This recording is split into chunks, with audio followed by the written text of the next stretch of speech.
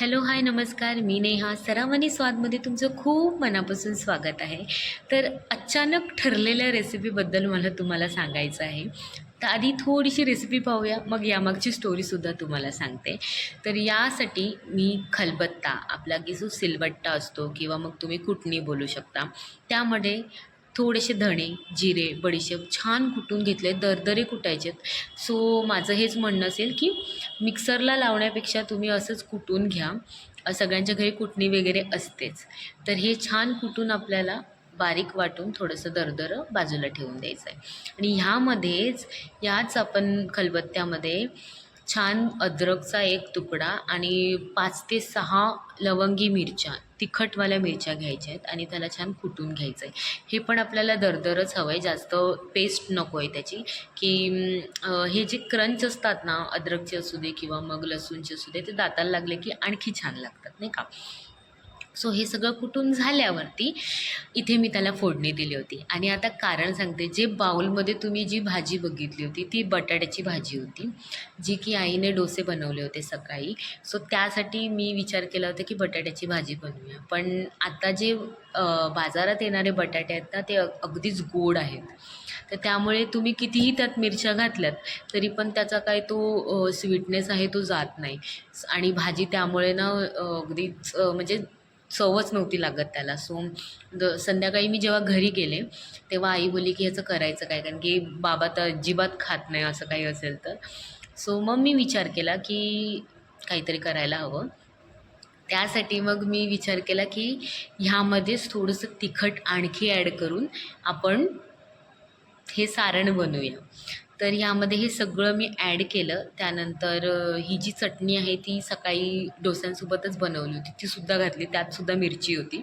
तर तुम्ही विचार करू शकता की त्या आलूमध्ये किंवा बटाट्यांमध्ये किती कमी मिरच्या होत्या त्या.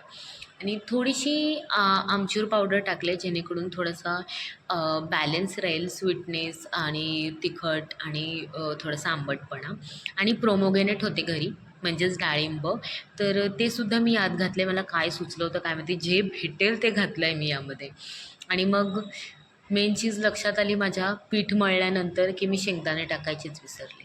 आणि जो पदार्थ आपण बनवतो आहे ॲज इन कॉल्ड समोसा, त्याच्यामध्ये शेंगदाणे असतातच.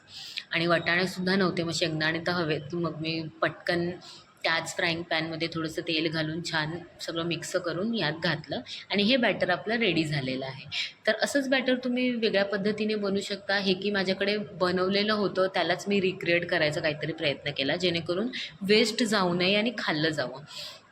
तर इथे जे समोसाचं वरचं कवर असतो that is main important part for the samosa.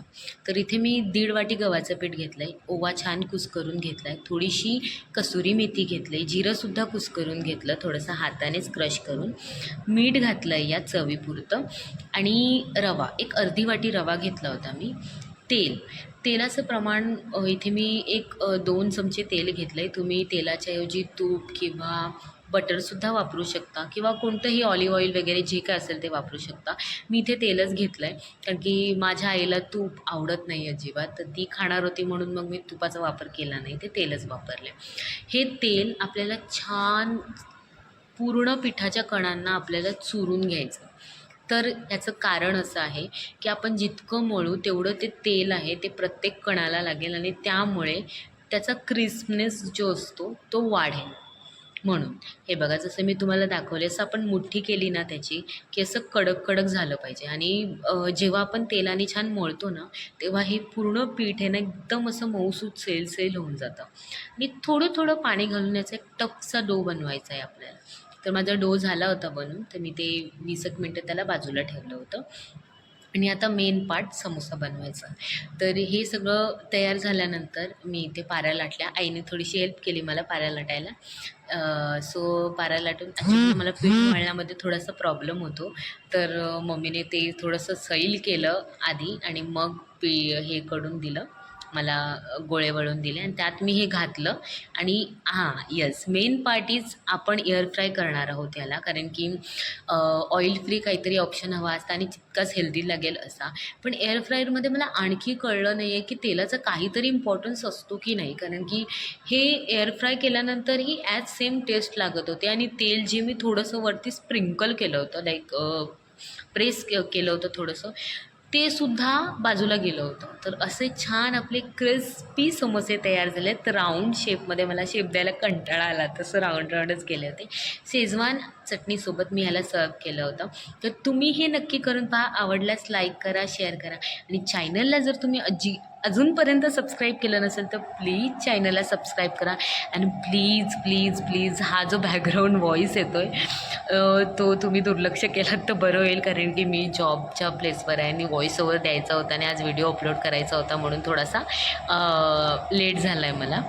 So thank you so much. असंच प्रेम करत राहा. आणि जर तुम्हाला माझ्या रेसिपीज आवडत असेल तर प्लीज चॅनलला सबस्क्राईब करा. कमेंटमध्ये मला सांगा की तुम्हाला कुठल्या कुठल्या रेसिपी बघायला आवडतील आणि ही जी ट्रेजेडी झाली ती आवडली का तुम्हाला.